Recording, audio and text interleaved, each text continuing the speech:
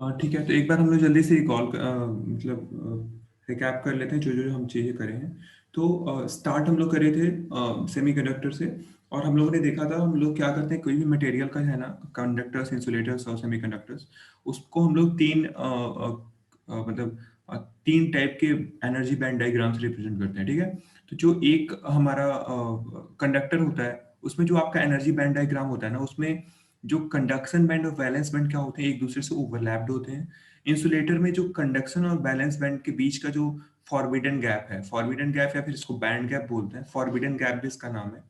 ठीक है ना, वो क्या होता है, ग्रेटर देन 5 इलेक्ट्रॉन वोल्ट होता है, तो उसको हम लोग इंसुलेटर की कैटेगरी में रखते हैं। ऐसे ही हमारा सेमीकंडक्टर था जिसमें हम लोग नॉर्मली 1 इलेक्ट्रॉन वोल्ट के आसपास का जो बैंड गैप होता है या फिर फॉरबिडन गैप होता है, उसको हम लोग सेमीकंडक्टर्स की कैटेगरी में रखते हैं। ठीक है, ऐसे ही हम लोगों ने डिफरेंट डिफरेंट टाइप्स के सेमीकंडक्टर्स देखे थे, सिलिकॉन, जर्मेनियम और कंपाउंड सेमीकंडक्टर्स भी देखे थे, गैलियम आर्सेनाइड ऐसे करके, गैलियम नाइट्रेट ऐसे करके। ठीक है ना, बहुत सारे सेमीकंडक्टर्स हम लोग के पास है कंपाउंड सेमीकंडक्टर्स में। उसके बाद हम लोगों ने एक ओम्स लॉ देखा था सेमीकंडक्टर के केस में, जिसको जे इक्वल टू सिग्मा ई के फॉर्म में लिखते हैं। ठीक है ना, तो ये पॉइंट फॉर्म है ओम्स लॉ का। ओके, और फिर हम लोगों ने सिलिकॉन और जर्मेनियम के बारे में चीजें डिस्कस करी थी। ठीक है, उसके बाद हम लोगों ने देखा था कि जो नॉर्मल आपका 0 डिग्री 0 केल्विन है, उस पे आपका जो सेमीकंडक्टर है कैसे बिहेव करता है, इंसुलेटर के जैसा बिहेव करता है। जैसे जैसे हम टेम्परेचर इंक्रीज करते हैं वैसे वैसे क्या होती है, कंडक्टिविटी इंक्रीज होती है। किसकी कंडक्टिविटी इंक्रीज होती है? सेमीकंडक्टर्स की। लेकिन ध्यान ये रखना है कि जो सेमीकंडक्टर की हम लोग बात कर रहे हैं वो हमारा इंट्रिंजिक सेमीकंडक्टर, मतलब प्योर फॉर्म ऑफ सेमीकंडक्टर है, एक्सट्रिंजिक नहीं है। एक्सट्रिंजिक के केस में अलग चीजें होती हैं। ठीक है ना, फिर हम क्या करते थे, हम लोगों को बेसिकली कंडक्टिविटी कंट्रोल करना था। तो एक तो आप टेम्परेचर बढ़ा के कंडक्टिविटी बढ़ा सकते हो। ठीक है ना, हम लोगों ने देखा था। दूसरा तरीका क्या था कि जो हम डोपिंग के थ्रू करते थे। ठीक है ना, डोपिंग का मतलब क्या है कि इम्प्योरिटीज ऐड करना। तो कितने टाइप की इम्प्योरिटीज थी? दो तरीके की इम्प्योरिटी थी। एक एन टाइप इम्प्योरिटी थी जिसको हम लोग डोनर इम्प्योरिटी बोलते हैं। डोनर क्यों बोलते हैं? एन टाइप में क्या ज्यादा होता है, एन टाइप में आप किस फिफ्थ एलिमेंट के ग्रुप से डोपिंग करते हो। ठीक है ना, फिफ्थ ग्रुप के एलिमेंट से रादर। ओके, तो फिफ्थ ग्रुप के एलिमेंट में क्या होता है कि जो आउटर मोस्ट ऑर्बिट में नंबर ऑफ इलेक्ट्रॉन्स कितने होते हैं? 5 होते हैं। ठीक है ना, और 4 इलेक्ट्रॉन्स चाहिए होते हैं आपको कोवैलेंट बॉन्ड बनाने के लिए, तो एक एक्स्ट्रा इलेक्ट्रॉन है, तो क्या करेगा, वो डोनेट करेगा ना, तो उसलिए बोलते हैं उसको डोनर इंप्योरिटी। ठीक है, तो जो N type material, N type impurity को हम लोग क्या बोलते हैं? डोनर इंप्योरिटी बोलते हैं। ठीक है, ऐसे दूसरा हमारा पी टाइप इंप्योरिटी था, जो पी टाइप मटेरियल में हम मिक्स करते हैं, उसको बोलते हैं हम लोग एक्सेप्टर इंप्योरिटी। ठीक है ना, पी टाइप वाले को क्या बोलते हैं हम लोग? एक्सेप्टर इंप्योरिटी बोलते हैं। ठीक है, ऐसे हम लोगों ने डिफरेंट डिफरेंट डोपिंग प्रोफाइल्स देखा था, moderate doping, light doping, heavy doping, कि कैसे हम करते हैं। ठीक है ना, इसके एग्जांपल से भी हमने समझाया था। ओके, अपार्ट फ्रॉम इट ये सारी चीजें हम लोग ऑलरेडी डिस्कस कर चुके हैं। मास एक्शन लॉ है जो आपका NI² = N.P जो था। ठीक है ना, इस ए फॉर्मूला भी हम लोग डिस्कस करे थे। ठीक है, उसके बाद हम लोग पीएन जंक्शन पे स्विच कर रहे थे। पीएन जंक्शन में क्या करते हैं, हम पी टाइप मटेरियल और एन टाइप मटेरियल से एक जंक्शन फॉर्म कराते हैं। ठीक है ना, उसको हम लोग क्या बोलते हैं? पीएन जंक्शन बोलते हैं। ठीक है, अब पी टाइप में मेजॉरिटी करियर क्या होता है? होल्स होता है। एन टाइप में मेजॉरिटी करियर क्या होता है? इलेक्ट्रॉन होता है। और पी टाइप में माइनॉरिटी करियर क्या होता है? इलेक्ट्रॉन होता है। और एन टाइप में माइनॉरिटी करियर होल होता है। ठीक है, ये आपको सारी चीजें क्लियर है। जब हम लोग पी और एन जंक्शन को आपस में कनेक्ट करते हैं, तो एक आपका क्या फॉर्म होता है? डिप्लीशन लेयर फॉर्म होता है। क्यों फॉर्म होता है? क्योंकि जो पी टाइप का मेजॉरिटी करियर है और एन टाइप का मेजॉरिटी करियर है, मतलब पी टाइप का मेजॉरिटी करियर क्या है? होल्स है। एन टाइप का मेजॉरिटी करियर क्या है? इलेक्ट्रॉन है। वो ये आपस में क्या करते हैं? एक दूसरे से रिकम्बाइन होते हैं, और after this process of recombination वो क्या होते हैं? न्यूट्रल फॉर्म को अडॉप्ट कर लेते हैं, और उसी न्यूट्रल फॉर्म से एक रीजन क्रिएट होता है। We call it as space charge region या फिर डिप्लीशन रीजन। ठीक है ना, वो उसको क्या बोलते हैं हम लोग? स्पेस चार्ज रीजन बोलते हैं, फिर डिप्लीशन रीजन बोलते हैं। वो एक कैसे बिहेव करता है? वो बैरियर के जैसा बिहेव करता है। बैरियर के जैसा क्यों बिहेव करता है? सो दैट कि जो पी टाइप का जो आपका मेजॉरिटी करियर है वो एन टाइप के माइनॉरिटी करियर के, मतलब इसको क्रॉस ना कर पाए बेसिकली। इस जंक्शन को एक जंक्शन बन गया। अब ये जंक्शन कैसा बिहेव करता है? एक बैरियर के जैसा बिहेव करता है, सो दैट कि जो आपके होल्स हैं पी टाइप के, वो एन टाइप साइड जाके इलेक्ट्रॉन से रिकम्बाइन ना हो सके। ठीक है ना, ये चीज हमने देखी थी। उसके बाद हम लोग ने दो डिफरेंट डिफरेंट टाइप्स के करंट्स के बारे में देखा था। एक हमारा डिफ्यूजन करंट है। डिफ्यूजन करंट का फ्लो होता है ड्यू टू कंसंट्रेशन ग्रेडियंट। ठीक है ना, कंसंट्रेशन ग्रेडियंट का क्या मतलब कि हाई कंसंट्रेशन से हमेशा एक टेंडेंसी होती है हाई कंसंट्रेशन से लो कंसंट्रेशन में फ्लो होने की। ठीक है, जैसे आप वाटर की भी बात करो, वाटर भी हम कोई भी चीज फ्लो कैसे होता है?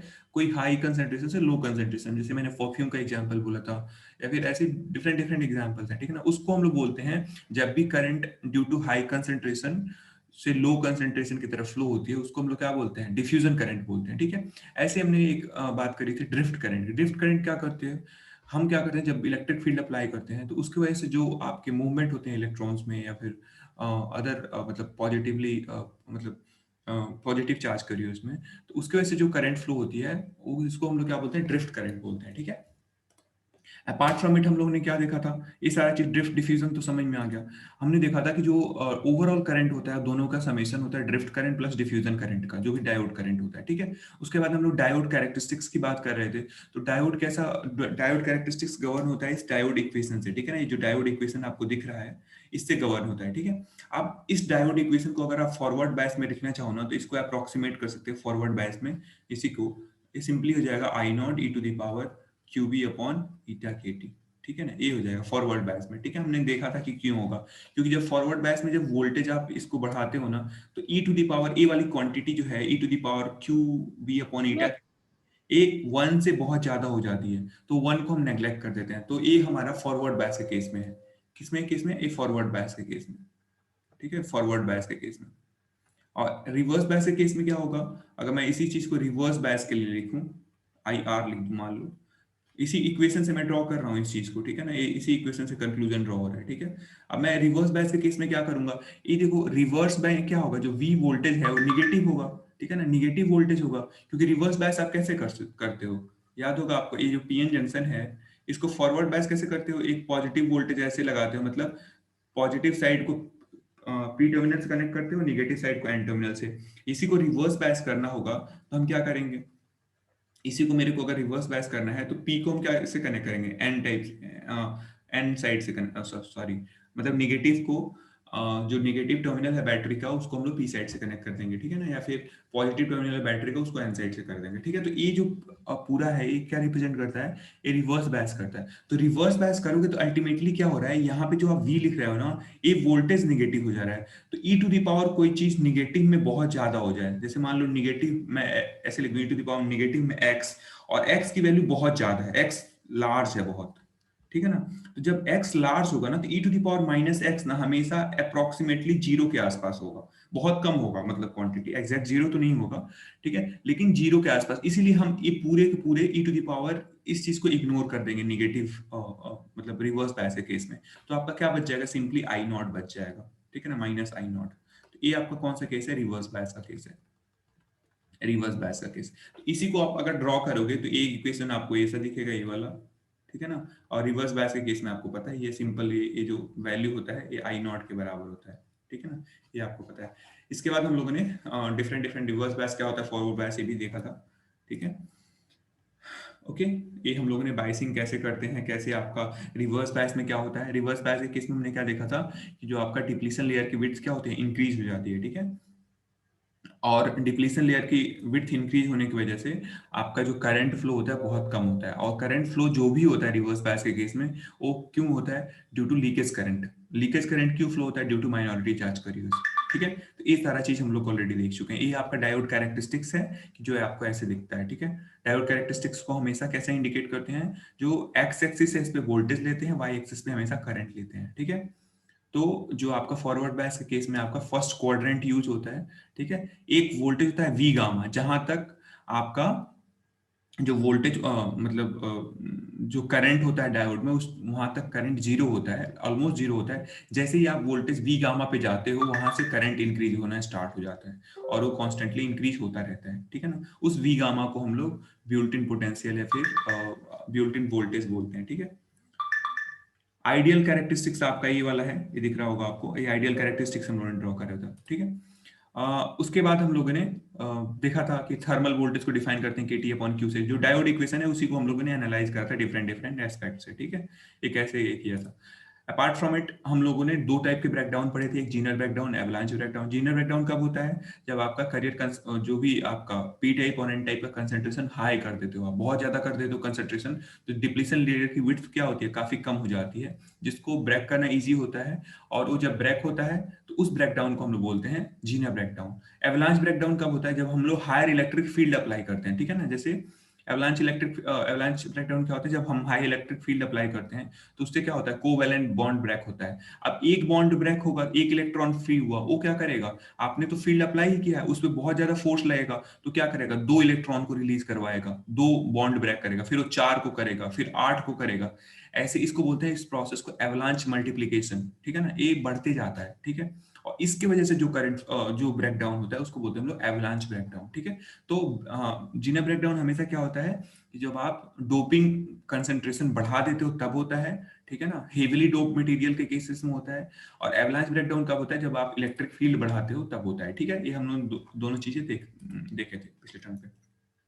फिर हम लोगों ने देखा था जंक्शन कैपेसिटेंस। तो जंक्शन कैपेसिटेंस कब होगा, आपका क्या होता है कि जो ये पीएन जंक्शन है वो कैसा बिहेव करता है, दो पैरेलल प्लेट कैपेसिटर के जैसा बिहेव करता है। जो यहाँ पे पी जो है ना, ये पॉजिटिव प्लेट, और एन है वो नेगेटिव प्लेट जैसा बिहेव करता है। और जो डिप्लीशन लेयर है ना, इन बिटवीन जो आपके डाइलेक्ट्रिक मटेरियल होता था कैपेसिटर में, वैसा बिहेव करता है। इसकी वजह से एक कैपेसिटेंस फॉर्म हो जाता है, इसको हम लोग क्या बोलते हैं, जंक्शन कैपेसिटेंस बोलते हैं। और आपको पता है जो कैपेसिटेंस होता है वो क्या होता है, एप्सिलॉन ए बाई डी होता है, ठीक है ना। यहाँ पे डी जो है नॉर्मली डब्ल्यू है, क्योंकि डब्ल्यू हम लोग ने विड्थ लिया है डिप्लीशन लेयर की, ठीक है। अब आपको पता है कि जो फॉरवर्ड बायस में डब्ल्यू का वैल्यू क्या होता है, स्मॉल होता है। तो जब डब्ल्यू स्मॉल होगा तो सीजे ज्यादा होगा। रिवर्स बायस के केस में डब्ल्यू ज्यादा हो जाता है तो सीजे क्या होगा, कम होगा, ठीक है ना। सीजे क्या मतलब, जंक्शन कैपेसिटेंस। आपको एक एक और चीज पता है कि जब डोपिंग कंसंट्रेशन हम बढ़ाते हैं तो उस केस में क्या होता है कि डब्ल्यू की विड्थ क्या होती है, रिड्यूस हो जाती है। तो जब डब्ल्यू रिड्यूस होगा तो यानी आप डोपिंग कंसंट्रेशन बढ़ाओगे तो सीजे की वैल्यू क्या होगी, बढ़ेगी। क्यों, क्योंकि डब्ल्यू क्या हो रहा है, कम हो रहा है, ठीक है। तो जब डब्ल्यू कम होगा तो सीजे की वैल्यू बढ़ेगी। तो ये सारा चीज हम लोगों ने डिस्कस करा था।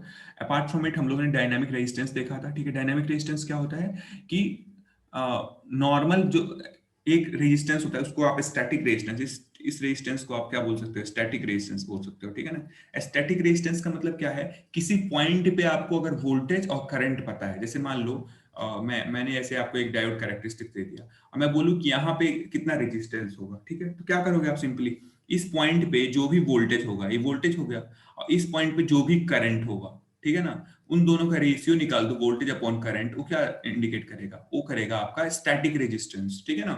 मतलब किसी पॉइंट पे अगर आप वोल्टेज या फिर करंट निकालते हो, ठीक है ना, उसको हम स्टैटिक रेजिस्टेंस बोल देंगे, ठीक है ना। मतलब वो स्टैटिक है, डायनामिक नहीं है। लेकिन अगर मेरे को चेंज इनमें निकालना है, मतलब चेंज इन वोल्टेज निकालना है, ठीक है, कि किसी पर्टिकुलर आप वोल्टेज चेंज कर रहे हो किसी पर्टिकुलर वैल्यू से किसी दूसरे वैल्यू पे, तो उसके वजह से जो करंट चेंज हुआ है उसका रेशियो जो होगा वो क्या इंडिकेट करता है, डायनामिक रेजिस्टेंस करता है, ठीक है ना। तो हम लोगों ने देखा था इसको कैसे हम लोग कैलकुलेट करते हैं ग्राफ के थ्रू। और फिर हम लोगों ने एक इक्वेशन भी डिराइव करा था कि जो आपका आर डी होता है वो क्या होता है, we T upon I. We T अगर एट रूम टेम्परेचर की बात करूं, एट रूम टेम्परेचर, ठीक है, टेम्परेचर की बात करूं, तो जो वी टी की वैल्यू होती है थी, आपको याद होगा, वो अराउंड 26 मिली वोल्ट होता है, ठीक है, 26 मिली वोल्ट। तो उस केस में आर डी की वैल्यू कितनी हो जाएगी, 26 मिली वोल्ट अपॉन आई। आई क्या है, आपका डायोड करंट, ठीक है ना। तो यहाँ से आप डायनेमिक रेजिस्टेंस निकाल सकते हो किसी भी पर्टिकुलर डायोड का, ओके। इसके बाद हम लोगों ने लीकेज करंट देखा था। लीकेज करंट क्यों फ्लो होता है, due to minority charge carriers. और उसका देखा था टेम्परेचर डिपेंडेंस। मतलब क्या है कि अगर लीकेज करंट है, मतलब माइनॉरिटी चार्ज कैरियर की वजह से जो लीकेज करंट फ्लो हो रहा है, तो वो टेम्परेचर के हिसाब से आपका कैसे वेरी कर रहा है, ठीक है ना। तो हमने क्या देखा था कि जो आई नॉट है वो क्या होता है, जब टेम्परेचर आप इंक्रीज करते हो तो आई नॉट की वैल्यू इंक्रीज होती है। कैसे इंक्रीज होती है कि आई नॉट क्या होता है, डबल हो जाता है हर 10 डिग्री इंक्रीज होता है जब टेम्परेचर में, मतलब on every 10 degree increase in temperatures, I naught get doubles, right? So आपको ये चीज याद होना चाहिए कि आई नॉट की वैल्यू डबल हो जाती है जब भी हम 10 डिग्री सेंटीग्रेड से टेम्परेचर को इंक्रीज करते हैं, ठीक है ना। इसके लिए हम लोग एग्जाम्पल करा था, एग्जाम्पल आप लोग देख लेना। अपार्ट फ्रॉम इट हम लोग ने फॉरवर्ड बायस ऑफ डायोड देखा था। फॉरवर्ड बायस ऑफ डायोड में क्या है कि जो डायोड वोल्टेज है ना, जो वीडी है, उसका टेम्परेचर डिपेंडेंस देखा था कि वो टेम्परेचर पे कैसे डिपेंड करता है। तो हमने क्या देखा था कि जो डीवी अपॉन डी है वो कितना होता है, -2.5 मिली वोल्ट पर डिग्री सेंटीग्रेड। मतलब आप अगर 1 डिग्री सेंटीग्रेड टेम्परेचर बढ़ाओगे तो जो दो जो आपका डायोड वोल्टेज है वो कितना कम होगा, 2.5 मिली वोल्ट कम हो जाएगा, ठीक है ना। ये हमारा ग्राफ है इससे। तो ये सारा चीज हम लोगों ने रिकैप इस करने के पीछे का रीजन ये था कि यहाँ तक हम लोगों का जो कॉन्सेप्चुअल चीजें हैं वो ओवर हो गई, ठीक है ना। एक चीज मैं बस और बताना इसमें ऐड करूंगा कि जो डायोड कैरेक्टरिस्टिक्स है, जो भी आपका डायोड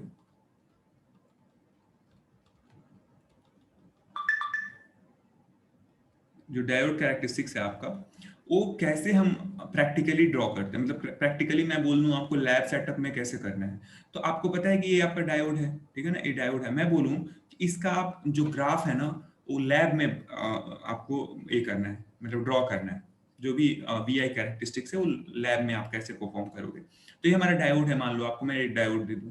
तो सबसे पहले आपको क्या करना है, दो चीजें ध्यान में देखनी है। एक मेरे को करंट मॉनिटर करना है। तो करंट मॉनिटर कैसे होगा, मैं एक यहाँ पे एमीटर लगा दूंगा, ठीक है ना। अमीटर आप लोग जानते होंगे, अमीटर क्या करता है, करंट मेजर करता है, करंट मेजरिंग डिवाइस है। और अमीटर को हमेशा कब कैसे कनेक्ट करते हैं हम लोग, अमीटर को हमेशा सीरीज में कनेक्ट करा जाता है, ठीक है ना। तो हम लोग डायोड के सीरीज में क्या कनेक्ट कर देंगे, अमीटर कनेक्ट कर देंगे।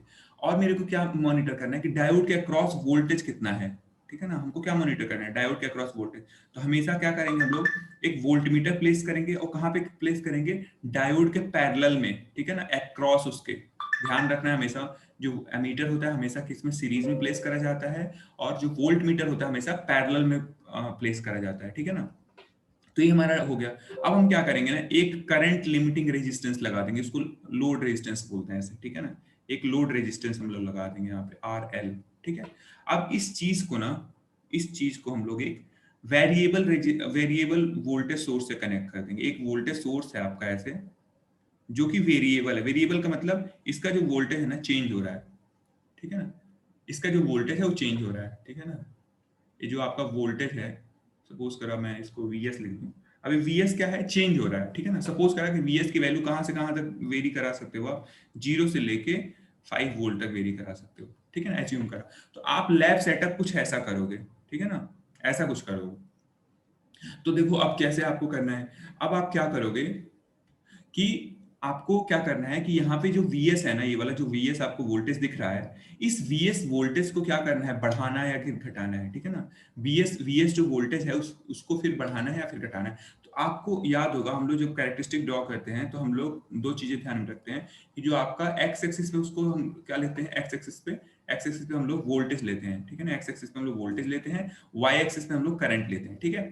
अब आप एक चीज देखोगे कि जब आप, हम किसके लिए, अभी देखो, अभी जो आपका ये पूरे प्रोसेस में जो आपका ये डायोड है, इस किस रीजन में कनेक्टेड है, मतलब कैसे कनेक्टेड है, फॉरवर्ड बायस मोड में कनेक्टेड है। देखो ये जो डायोड का पॉजिटिव टर्मिनल है, वो कैसे, बैटरी के जो बैटरी आपने लगाया है इसके पॉजिटिव टर्मिनल से कनेक्ट है। देखो ध्यान से, देख रहे हो, ये पॉजिटिव टर्मिनल से कनेक्टेड है, ठीक है। और ये जो निगेटिव वाला है वो किससे कनेक्ट है, देखो निगेटिव टर्मिनल से कनेक्ट है ऐसे, अगर आप ध्यान से देखो तो क्या है, जो निगेटिव टर्मिनल है रेजिस्टेंस के थ्रू इससे कनेक्टेड है, ठीक है। मतलब डायोड का पॉजिटिव टर्मिनल इसके पॉजिटिव वोल्टेज से, वोल्टेज सोर्स के पॉजिटिव टर्मिनल से कनेक्ट है, निगेटिव वाला निगेटिव टर्मिनल से। तो डायोड किस में है, फॉरवर्ड बायस में। तो जो इससे हमको वोल्टेज या करंट मिलेगा वो किस में मिलेगा, फॉरवर्ड बायस के केस में मिलेगा। तो आप एक चीज देखोगे यहाँ पे जो वोल्टेज है आपका, उसको वेट, आप जैसे जैसे क्या करोगे, देखो ध्यान से, जैसे जैसे आप Vs की वैल्यू इंक्रीज करोगे, ठीक है ना, क्या होगा, जैसे जैसे आप Vs की वैल्यू इंक्रीज करोगे, वैसे वैसे क्या होगा, डायोड के अक्रॉस वोल्टेज इंक्रीज होना स्टार्ट होगा, ठीक है ना। डायोड के अक्रॉस क्या होगा, वोल्टेज इंक्रीज होना स्टार्ट होगा, यानी V की वैल्यू आपकी बढ़नी स्टार्ट होगी। तो V की वैल्यू बढ़ेगी, तो V की वैल्यू जब बढ़ाओगे ना, तो जैसे मान लो V की वैल्यू सपोज करा किसी पॉइंट पे हो गई 0.1 वोल्ट। तो आप 0.1 वोल्ट कहां से रीड करोगे, इस वोल्ट मीटर से रीड करोगे, ठीक है ना। ये जो वोल्ट मीटर आपने लगा रखा है, वोल्ट मीटर क्या होता है, वोल्टेज मेजरिंग इंस्ट्रूमेंट होता है। इस इंस्ट्रूमेंट के थ्रू क्या मेजर कर सकते हो आप, वोल्टेज मेजर कर सकते हो, ठीक है ना। वोल्टेज को मेजर करने के लिए, वोल्टेज को मापने के लिए क्या यूज करते हैं हम लोग, वोल्ट मीटर यूज करते हैं। और करंट को मापने के लिए क्या यूज करते हैं, अमीटर यूज करते हैं, ठीक है ना। ये चीज आपको ध्यान में रखना है, ओके। तो अब आप जैसे जैसे वोल्टेज को आप इंक्रीज करोगे 0.1 वोल्ट से, ठीक है ना, 0.1 वोल्ट से इंक्रीज कैसे होगा, 0.1 वोल्ट से इंक्रीज कैसे होगा आपका, जब यहां से Vs की वैल्यू 0 से 5 वोल्ट इंक्रीज कर रहे हो आप, तो ये क्या होगा, पहले 0 पॉइंट हुआ, 0.1 वोल्ट हुआ, फिर 0.2 वोल्ट हुआ, ठीक है ना, वोल्ट हुआ। ठीक है। वेट जरा, कोई नीचे आया हुआ, मैं थोड़ा सा 2 मिनट मेरे को दो, टाइम में आता हूँ नीचे से।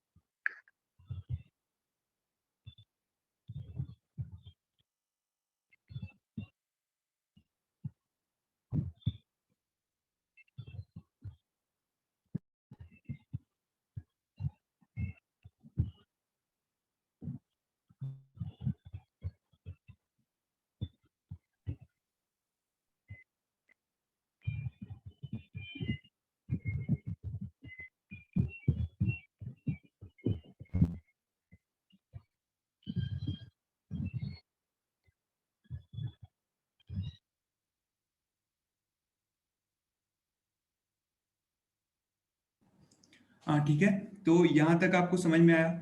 हम क्या कर रहे हैं कि यहाँ पे वोल्टेज को इंक्रीज करें। मेरी आवाज आ रही है अभी सबको? Am I- yes sir. Okay. Yes sir. तो यस सर। हम क्या करें ना, इस वोल्टेज सोर्स से, वोल्टेज सोर्स कैसा है हमारा, एक वेरिएबल वोल्टेज सोर्स है। वेरिएबल, वेरिएबल का मतलब इसको आप वेरी कर सकते हो, चेंज कर सकते हो। मतलब 0 वोल्ट से लेकर 5 वोल्ट तक एक आपका इसमें नॉब होगा। ऐसे उस नॉब को ऐसे रोटेट करोगे ना, ऐसे रोटेट करोगे आप, तो वोल्टेज चेंज होगा। ठीक है, तो जैसे जैसे इसका वोल्टेज आप बढ़ाओगे ना, आप देखोगे कि जो वोल्टमीटर की रीडिंग डिफ्लेक्ट हो रही है। तो सपोज करा पहले वोल्टमीटर की रीडिंग 0.1 वोल्ट थी, फिर 0.2 हो गई, फिर 0.3 हो गई लेट से। आप ये देखोगे करंट जो है ना, एमीटर, ये जो अमीटर है आपका, ठीक है ना, अमीटर जो है, एमीटर क्या इंडिकेट करता है, करंट को, करंट की वैल्यू को शो करता है। ठीक है ना, और वोल्टमीटर क्या करेगा, वोल्टेज शो करेगा, वोल्टेज। वोल्टेज। तो आप देखोगे कि जैसे आपका वोल्टेज ही बढ़ तो रहा है, लेकिन करंट की वैल्यू जीरो है। ठीक है ना, करंट की वैल्यू जीरो है। लेकिन एक ऐसा वोल्टेज आएगा अराउंड 0.7 वोल्ट के आसपास, एक ऐसा वोल्टेज होगा जब आपका करंट इंक्रीज होना स्टार्ट होगा। ठीक है ना, आप देखोगे ऐसे करंट इंक्रीज होना स्टार्ट, मतलब करंट जो भी अमीटर होगा वो डिफ्लेक्ट होना स्टार्ट होगा। ठीक है, अब फिर देखोगे आप उसके बाद कि करंट बढ़ता जाएगा। आप यहां से वोल्टेज अगर आप इंक्रीज कर रहे हो ना, लेकिन इसके अक्रॉस जो वोल्टेज है, आप जैसे मान लो यहां से इस वोल्टेज सोर्स से आपने वोल्टेज इंक्रीज करना स्टार्ट करा, तो आप लेकिन देखोगे कि जो डायोड के अक्रॉस वोल्टेज है ना, एक डायोड के अक्रॉस वोल्टेज है, वो अराउंड 0.7 वोल्ट के आसपास जाके फिक्स हो गया। वो कहां पे फिक्स हो जाएगा, 0.7 वोल्ट के आसपास जाके फिक्स हो जाएगा। लेकिन डायोड करंट बढ़ना स्टार्ट हो जाएगा। फिर डायोड के अक्रॉस जो वोल्टेज होगा वो 0.7 वोल्ट पे फिक्स हो जाएगा, लेकिन करंट बढ़ना इंक्रीज कर देगा। देखो ये ग्राफ से ऐसे कुछ आपको मिलेगा। ठीक है ना, ऐसे। तो ये जो कैरेक्टरिस्टिक्स है, कौन सी कैरेक्टरिस्टिक्स हो गई, फॉरवर्ड बायस के केस में। ये जी 0.7 की हम लोग बात कर रहे हैं, सिलिकॉन डायोड है, तभी ये 0.7 के आसपास होगा। ये जर्मेनियम डायोड होता ना, तो 0.3 वोल्ट से ही स्टार्ट हो जाता। अगर यही चीज जर्मेनियम डायोड का होता, ठीक है ना, जर्मेनियम डायोड का, तो वो क्या होता है, जो 0.3 वोल्ट है ना, इसी के आसपास से वोल्टेज इंक्रीज होना स्टार्ट हो जाता है ऐसे करके। ठीक है ना, तो एक केस है हमारा सिलिकॉन का, एक केस हमारा सिलिकॉन का, ये हमारा जो, ये जो केस है ये किसका है, सिलिकॉन का है। और ये जो केस है हमारा, ये है जर्मेनियम का। ठीक है, ऐसे ही रिवर्स बैच के केस में आप क्या करोगे, जो भी ये जो वोल्टेज सोर्स लगाया हो ना, इसको आप पलट दो। पलट दो मतलब क्या, निगेटिव ऊपर पॉजिटिव नीचे। अब आप जब बायसिंग करोगे तो देखो क्या है, पॉजिटिव टर्मिनल किससे कनेक्ट हो गया, इस निगेटिव टर्मिनल से कनेक्ट हो जाएगा। तो इसी चीज को आप अगर पलट दोगे तो रिवर्स बायस के केस में मिल जाएगा। तो रिवर्स बायस के केस में आप देखोगे ना कि आप अगर मतलब रिवर्स में अगर आप वोल्टेज बढ़ाते जा रहे हो, ठीक है ना, रिवर्स में अगर वोल्टेज, अभी करंट की वैल्यू ना बहुत कम आपको इंडिकेट हो रही है, बहुत कम करंट फ्लो हो रहा है, और वो बहुत ही मतलब नैनो एम्पियर्स के रेंज में होता है, और उसको हम बोलते हैं आई नॉट से रिप्रेजेंट करते हैं, उसको बोलते हैं लीकेज करंट। ठीक है ना, एक प्रोसेस ऐसे करके। और एक एक वोल्ट ऐसा आएगा, ठीक है ना, कुछ वोल्ट के बाद एक वोल्टेज ऐसा आएगा जिसपे करंट की वैल्यू क्या होगी, बहुत तेजी से बढ़ने लगेगी। ठीक है ना, बहुत तेजी से बढ़ने लगेगी। और उस वोल्टेज को हम लोग किससे इंडिकेट करेंगे, ब्रेक डाउन वोल्टेज से। ठीक है ना, ब्रेक डाउन वोल्टेज। ठीक है, तो ये पूरा का पूरा प्रोसेस है कि हम लोग लैब सेटअप में कैसे डायोड कैरेक्टरिस्टिक्स को ड्रॉ करते हैं। ठीक है, ये समझ में आया कि फिर से मेरे को कुछ बताना पड़ेगा, ये समझ में आ गया पूरा प्रोसेस कैसे हम लोग लैब में करेंगे इसको। Yes sir. Yes sir. Okay, चलो ठीक है। अभी देखो क्या है ना कि हम लोगों ने डायोड कैरेक्टरिस्टिक्स वगैरह देख लिया। अब डायोड का एप्लीकेशन, डायोड यूज कहाँ करते हैं, अब हमको वो देखना है। ठीक है ना, अभी तो हम लोग डायोड के बारे में पढ़ लिए, अब एप्लीकेशन ऑफ डायोड हम लोग देखेंगे। ठीक है ना, कि डायोड को हम लोग अप्लाई कहाँ करेंगे, एप्लीकेशन इसका कहाँ होगा। ठीक है ना, तो एप्लीकेशन में जो पहला एप्लीकेशन है वो है डायोड एज रेक्टिफायर। ठीक है ना, रेक्टिफायर में अब हम लोग को स्टार्ट करना है रेक्टिफायर्स। अब रेक्टिफायर क्या होता है, ध्यान से देखो। रेक्टिफायर क्या करता है, रेक्टिफायर एक ऐसा डिवाइस, ऐसा सर्किट है, या फिर डिवाइस बोल सकते हो, ऐसा डिवाइस या फिर सर्किट है जो क्या करता है, अल्टरनेटिंग करंट को, अल्टरनेटिंग करंट को डायरेक्ट करंट में चेंज करता है। मतलब ये क्या करता है, बेसिकली जो भी आपका अल्टरनेटिंग करंट है, अल्टरनेटिंग करंट है, अल्टरनेटिंग करंट को क्या बोलते हैं हम लोग, एसी करंट, एसी। ठीक है ना। इसको क्या करेगा, किस में चेंज करेगा, एसी करंट को किस में कन्वर्ट कर देगा, एसी करंट को कर देगा ये कन्वर्ट डीसी करंट में, मतलब डायरेक्ट करंट में, डायरेक्ट करंट में, डीसी में। ठीक है। तो फॉर एग्जांपल आपका मोबाइल फोन है, ठीक है ना, आप मोबाइल फोन का जो चार्जर होता है आपका फोन का चार्जर, जो आप ऐसे प्लग करते हो, ठीक है ना, और यहाँ पे आपका यूएसबी वाला सेक्शन होता है, ठीक है। और फोन का चार्जर क्या होता है, इस साइड में फोन का चार्जर किस में आप प्लग करते हो, एसी में प्लग करते हो, जो आपका एसी सिग्नल होता है, ठीक है ना, उसमें प्लग करते हो। 220 वोल्ट जो घरों में एसी आता है उसमें आप प्लग करते हो। और ये जो चार्जर का जो आउटपुट होता है ना, वो कहाँ होता है, अराउंड 5 वोल्ट के आसपास होता है, ठीक है ना, 5 वोल्ट होता है। तो ये जो 5 वोल्ट है ना, ये डीसी में होता है। और जो आपने ये जो प्लग करते हो आप घर के सॉकेट्स में, तो घर का जो डोमेस्टिक सप्लाई होता है, घर की जो सप्लाई होती है, वो क्या होती है, वो तुम्हारा एसी होती है। तो यानी जो चार्जर के अंदर क्या लगा होगा, कौन सा सर्किट, देखो एसी इनपुट हो रहा है, एसी अंदर जा रहा है और बाहर क्या आ रहा है, डीसी आ रहा है। तो इस चार्जर के अंदर कौन सा सर्किट होगा, इस चार्जर के अंदर होगा रेक्टिफायर, ठीक है ना। अब ये रेक्टिफायर क्या कर रहा होगा, ये रेक्टिफायर कन्वर्ट कर दे रहा होगा एसी सिग्नल को डीसी सिग्नल में, ठीक है ना। किस में कन्वर्ट कर रहा होगा, एसी सिग्नल से डीसी सिग्नल में, ठीक है। अब एसी सिग्नल कैसे होता है, अब हम लोग देख लेते हैं थोड़ा सा कैसे दिखेगा आपका एसी सिग्नल। जैसे मान लो ये सेटअप है, रुको एक, अभी आपको दिख रहा है स्क्रीन पे, Yes, sir. वेट 1 सेकेंड, ये ऊपर देखो एक चीज, ये ना हमारा ये जो आपको ये लिख रहा है, ये जो XFG1 लिखा हुआ है, ये वाला चीज, ये ना आपका फंक्शन जनरेटर है, ठीक है ना। फंक्शन जनरेटर क्या होता है, ये डिफरेंट डिफरेंट के वेवफॉर्म्स जनरेट करता है, ठीक है। तो हम लोग अभी देखने वाले हैं एसी वेवफॉर्म जो आपके घरों में आता है वो कैसे दिखता है, ठीक है। तो इसको देखने के लिए हम लोग लैब में क्या करेंगे कि हम जो एसी वेवफॉर्म जनरेटर है आपका, ठीक है ना, ये ऐसे आपको हमने लगा दिया है, और इसको देखने के लिए यूज करते हैं हम लोग सीआरओ, ठीक है ना, कैथोड रे ऑसिलोस्कोप उसका नाम है, ठीक है ना। ये बहुत इंपॉर्टेंट इंस्ट्रूमेंट्स हैं, हम लोग लैब में देखेंगे इसको। ये क्या करते हैं ना, कैसे भी वेव फॉर्म को इसमें हम लोग देख सकते हैं, ठीक है ना। तो ये देखो इसका ये सीआरओ का डिस्प्ले है, ठीक है, ये आपको डिस्प्ले देख रहा होगा, ठीक है ना, ये आपका डिस्प्ले है सीआरओ का। तो अभी हम क्या करेंगे कि इससे हम लोग सिग्नल जनरेट करेंगे, देखेंगे कैसे दिखता है। तो देखो मैंने अब इसको रन कर दिया, अभी देखो आपको कैसे दिखेगा आपका जो आपके एसी सिग्नल होता है कैसे दिखता है, ठीक है। ये आपका एसी सिग्नल है, ठीक है, ये 220 वोल्ट एसी जो आपके घरों में आता है वो है, ठीक है ना। तो आप एक चीज देख रहे होगे, मैं बोल रहा हूँ अल्टरनेटिंग करंट। अल्टरनेटिंग करंट इसको क्यों बोलते हैं, क्योंकि देखो इसकी जो वैल्यू है ना वो अल्टर चेंज हो रही है, देखो कंटिन्यूअसली चेंज हो रही है और अल्टरनेट भी हो रही है। अल्टरनेट का मतलब जैसे ये एक्स एक्सिस है, ये वाली जो लाइन है आपको दिख रही होगी, वेट, ये जो लाइन है आपका ए वाला, ये आपका क्या है, एक्स एक्सिस रिप्रेजेंट कर रहा है। अब एक्स एक्सिस से ऊपर भी देखो जा रहा है और नीचे भी जा रहा है, मतलब अगर मैं इसमें वाई में देखूं, वाई एक्सिस के अगर अक्रॉस देखूं, तो पॉजिटिव y की वैल्यू क्या हो रही है, पॉजिटिव भी हो रही है, नीचे निगेटिव भी हो रही है। मतलब क्या हो रहा है, इस ये जो सिग्नल है एक्स एक्सिस के ऊपर भी जा रहा है, मतलब, और एक्स एक्सिस के उतना नीचे भी आ रहा है, मतलब पॉजिटिव हाफ में भी जा रहा है, निगेटिव हाफ में जा रहा है। तो इसको क्या बोलते हैं हम लोग, अल्टरनेटिंग नेचर बोलते हैं, ठीक है। अब अल्टरनेटिंग नेचर की वजह से इसको, इसका नाम क्या होता है, अल्टरनेटिंग करंट होता है, ठीक है ना। इसका नाम क्या होता है, अल्टरनेटिंग करंट, ठीक है। तो ये जो आप देख रहे हो ना, ये स्क्वायर, इस साइन वेव, इसको बोलते हैं हम लोग साइन वेव, ठीक है ना। इसका क्या नाम होता है, साइनोसॉइडल सिग्नल या फिर साइन वेव, ठीक है। ऐसे ही हम ना स्क्वायर वेव भी देख सकते हो, वो भी आपका अल्टरनेटिंग नेचर का ही है। जैसे मैं इसी चीज को मैं स्क्वायर वेव में देखना चाहूँ, देखो स्क्वायर वेव कैसे दिखेगा आपको, अगर मैं, वेट 1 सेकेंड,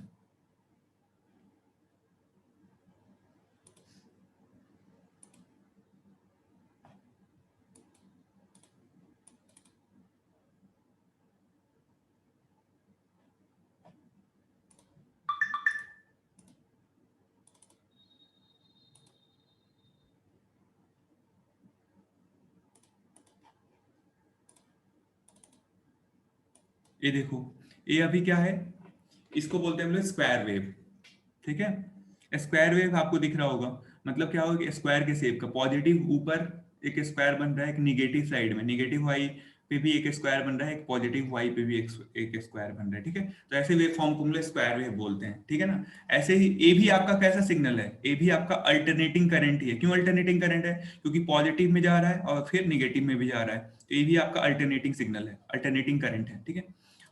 एक ऐसे ही मैं इसको अगर वेट अगर मैं ऐसे ही इसको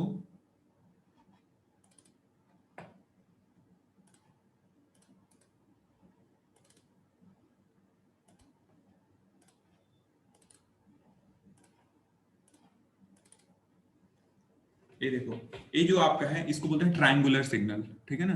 ये ट्रायंगल बना रहा है, ठीक है। ये भी आपका अल्टरनेटिंग सिग्नल है। अल्टरनेटिंग क्यों है? क्योंकि पॉजिटिव में भी जा रहा है, देखो ये ऊपर आपका ये क्या इंडिकेट कर रहा है, इसमें y की वैल्यू अगर मैं ये y एक्सिस में मानूं इस एक्सिस को, तो ये क्या है, पॉजिटिव y एक्सिस पे भी ये वैल्यू दे रहा है और निगेटिव y एक्सिस पे भी ये वैल्यू दे रहा है, देखो ध्यान से, ठीक है ना। पॉजिटिव y एक्सिस पे भी दे रहा है और निगेटिव y एक्सिस पे भी दे रहा है, ओके। तो ये भी आपका अल्टरनेटिंग सिग्नल है, ठीक है। तो अब मेरा काम क्या है, अगर मेरे को नॉर्मल कोई भी अल्टरनेटिंग सिग्नल, इसमें से कैसे भी अल्टरनेटिंग सिग्नल है, नॉर्मली हम कौन से अल्टरनेटिंग सिग्नल की बात करेंगे, जो साइनोसोइडल वेवफॉर्म है, ठीक है ना। साइनोसोइडल कैसे दिखता है आपको, हमने अभी दिखाया था आपको, ये आपका साइन वेवफॉर्म है, ठीक है ना। अब ये जो साइन वेवफॉर्म है, इसको मेरे को अगर सपोज करो कि चेंज करना है किसमें, डायरेक्ट करंट में, मतलब ये एसी करंट है, मतलब एसी है, अल्टरनेटिंग करंट है। अब इसको मेरे को चेंज करना है डायरेक्ट करंट में। डायरेक्ट करंट में क्या होगा कि एक फिक्स वैल्यू होगी, ठीक है ना, एक फिक्स वैल्यू होगी, मतलब एक कांस्टेंट, एक लाइन दिखता आपको। अगर मैं डायरेक्ट करंट दिखाता तो इसी चीज का एक लाइन सिंपल दिखता, ठीक है ना। अब मेरे को ऐसे वेव फॉर्म को एक लाइन में कन्वर्ट करना है, तो हम उसके लिए क्या यूज करेंगे, रेक्टिफायर सर्किट यूज करेंगे, ठीक है। तो यही हमको इस पार्ट में पढ़ना है। ये समझ में आ गया साइनोसॉइडल वेव फॉर्म क्या होता है, एसी सिग्नल क्या होता है, ठीक है ना। समझ में आ गया सबको, दिख रहा है ना स्क्रीन पे आपको? Yes sir.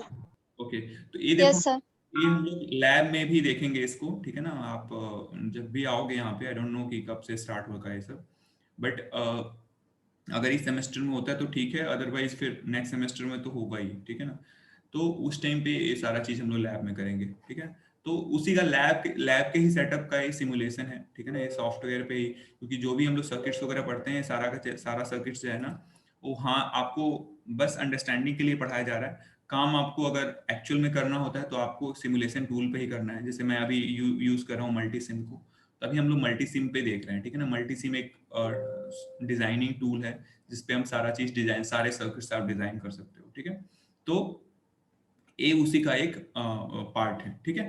तो हम लोगों को अभी वही देखना है। आई थिंक अभी इसका ये हो रहा है अभी, वेट,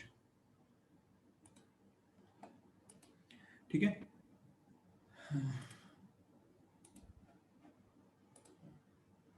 ठीक है, तो अब देखो क्या है आपका, जो भी मैंने चार्जर का एग्जांपल लिया, उसमें क्या हो रहा है, एसी सिग्नल आपका इनपुट